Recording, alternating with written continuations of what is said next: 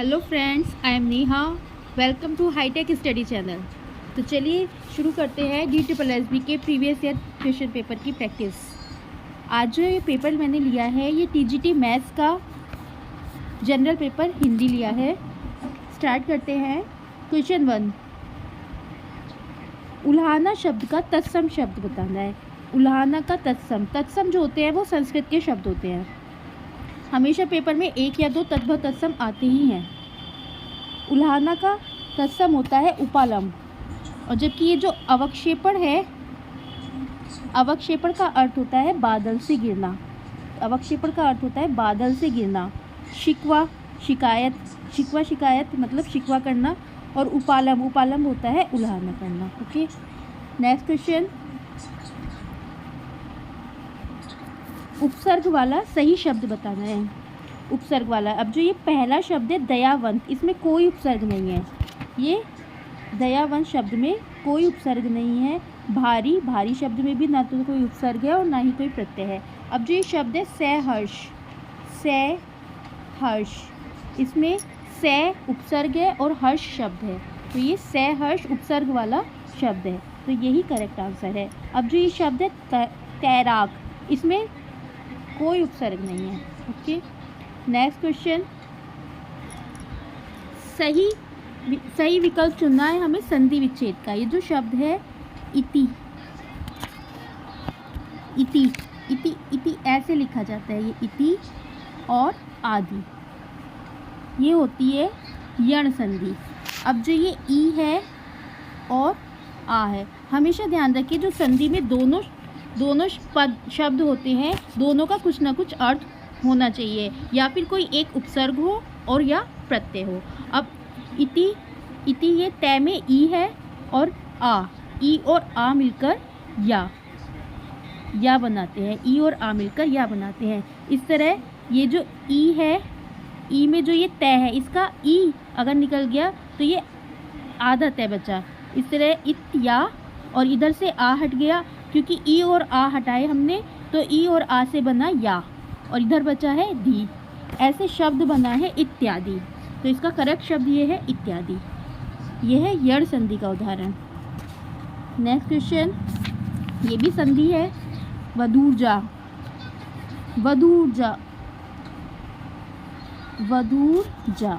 जब भी किसी शब्द के बीच में कोई दीर्घ स्वर आ जाए तो वो स्वर संधि में दीर्घ संधि होती है। अब यहाँ पे बड़ा ऊ आया है, दीर्घ स्वर आया है, तो यहीं से हम इसका विच्छेद करेंगे और ये होगा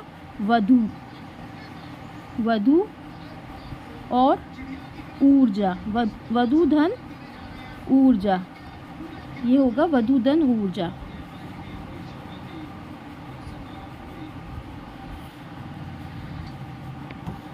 वधु ऊर्जा, ये करेक्ट आंसर। नेक्स्ट क्वेश्चन, दूसरों के काम में हाथ डालना, मतलब दूसरों के हाथ में काम डालना मतलब हस्तक्षेप करना। इसका अर्थ होता है दूसरों के काम में हाथ डालना, हस्तक्षेप करना। नेक्स्ट क्वेश्चन,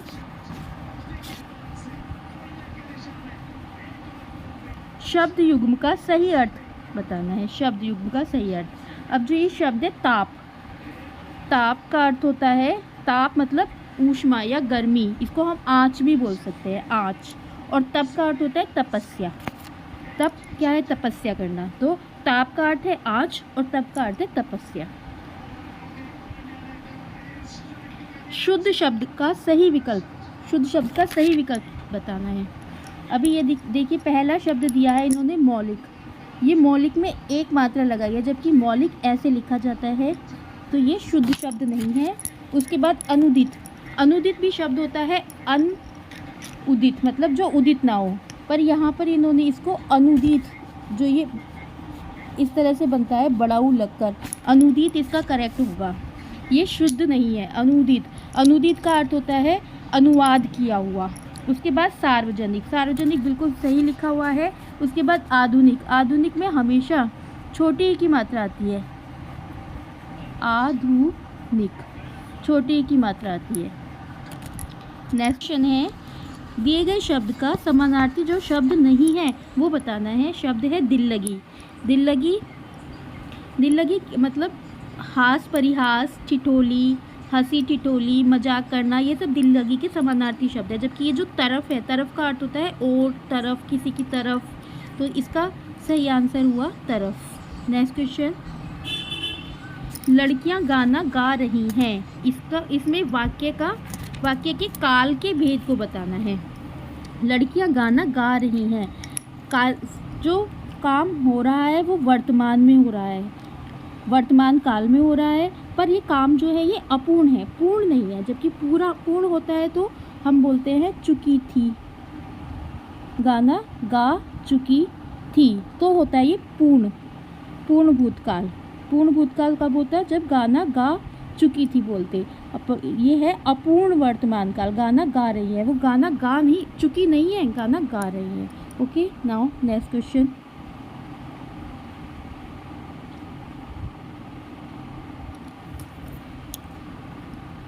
वाक्य के प्रकार के भेद का सही विकल्प बताएं। अब आप जा सकते हैं, मतलब किसी को आज्ञा दी जा रही है कि अब आप जा सकते हैं।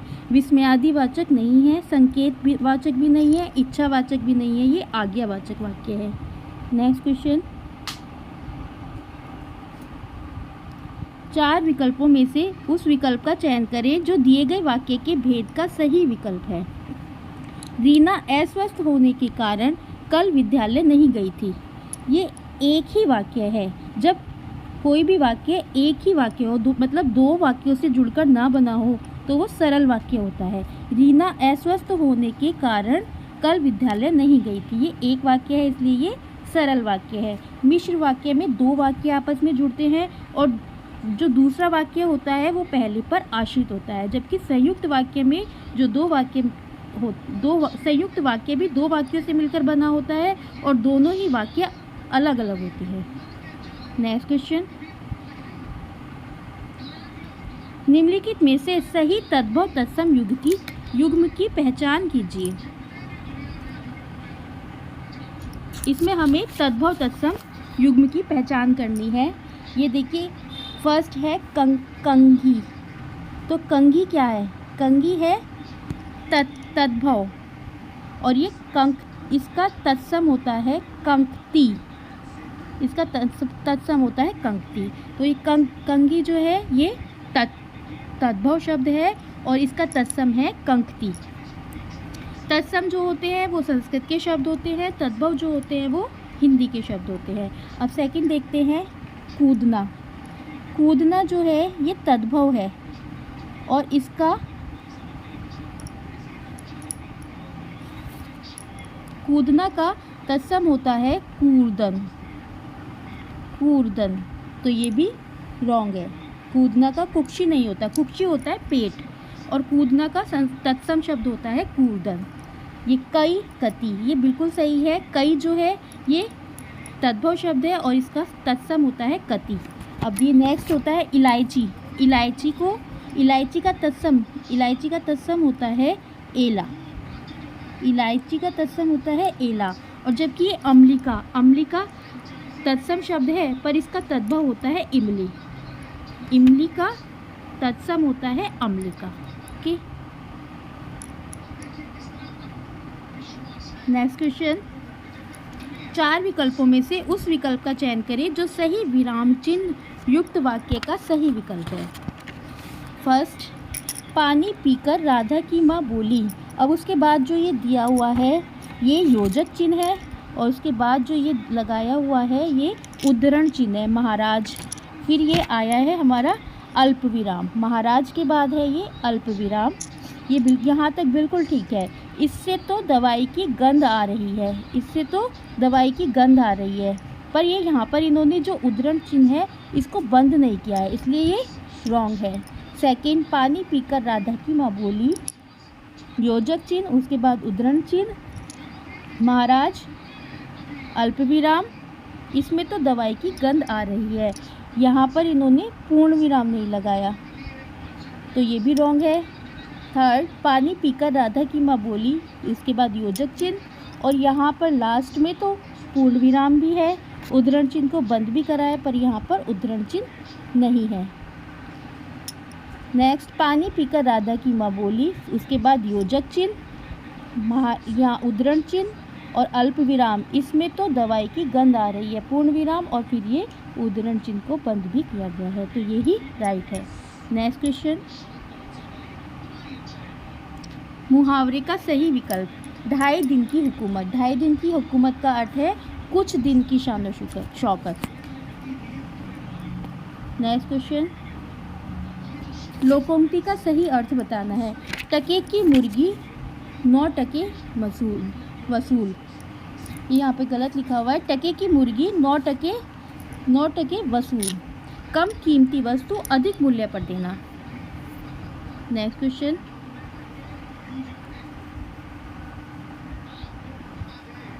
ये गद्यांश दिया है, इसको हमें पहले बहुत ध्यान से पढ़ना है और उसके जो ये प्रश्न उत्तर है उनको करना है। तो पढ़ते हैं गद्यांश। अहिंसा और कायरता कभी साथ नहीं चलती। मैं पूरी तरह शस्त्र सज्जित मनुष्य के हृदय से कायर होने की कल्पना कर सकता हूँ। हथियार रखना कायरता नहीं तो डर का होना तो प्रकट करता ही है, परंतु सच्ची अहिंसी शुद्ध निर्भयता के बिना असंभव है। क्या मुझमें बहादुरों की वह अहिंसा है? केवल मेरी मृत्यु इसे बताएगी। अगर कोई मेरी हत्या करे और मैं मुँह से हत्यारे के लिए प्रार्थना करते हुए तथा ईश्वर का नाम जपते हुए और हृदय मंदिर में उसकी जीती जागती उपस्थिति का भान रखते हुए मरूं तो ही कहा जाएगा कि मुझमें बहादुरों की अहिंसा थी। मेरी सारी शक्तियों के क्षीण हो जाने से अपंग बनकर मैं एक हारे हुए आदमी के रूप में नहीं मरना चाहता। किसी हत्यारे की गोली भले मेरे जीवन का अंत कर दे, मैं उसका स्वागत करूंगा, लेकिन सबसे ज़्यादा तो मैं अंतिम श्वास तक अपना कर्तव्य पालन करते हुए ही मरना पसंद करूंगा। मुझे शहीद होने की तमन्ना नहीं है, लेकिन अगर धर्म का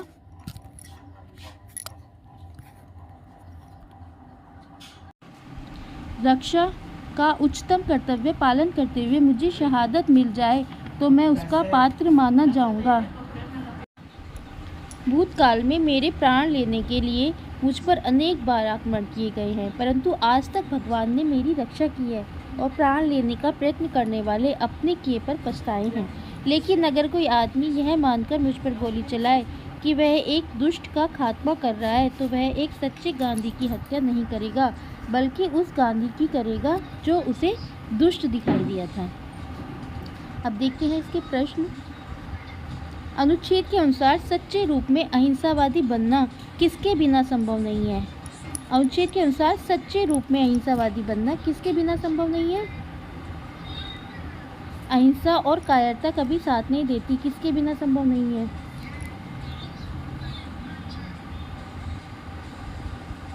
सच्ची अहिंसा, ये देखो, सच्ची अहिंसी शुद्ध निर्भयता के बिना संभव नहीं है, शुद्ध निर्भयता के बिना। नेक्स्ट क्वेश्चन, लेखक को क्या होने की तमन्ना नहीं है? तो हमने अभी पढ़ा है, लेखक को शहीद होने की तमन्ना नहीं है। नेक्स्ट क्वेश्चन, उपस्थिति का विलोम शब्द क्या है? उपस्थिति का विलोम शब्द है अनुपस्थिति। भूतकाल में लेखक के साथ क्या हुआ था? भूतकाल में लेखक के साथ क्या हुआ था? भूतकाल में लेखक के साथ भूतकाल में उनके प्राण लेने के लिए अनेक बार आक्रमण किए गए थे। भूतकाल में लेखक के साथ क्या हुआ था? उनके ऊपर अनेक बार आक्रमण हुआ था। नेक्स्ट क्वेश्चन, अनुच्छेद के लिए उचित शीर्षक दीजिए। इस अनुच्छेद के लिए हम उचित शीर्षक क्या देंगे? अहिंसावादी लेखक। यहाँ पर अहिंसावादी लेखक इसका सही उत्तर है। तो फ्रेंड्स, ये था टीजीटी मैथ्स 2021 4 सितंबर 2021 का पेपर, जिसका हमने हिंदी का भी सॉल्व किया है। तो थैंक्स फॉर वॉचिंग।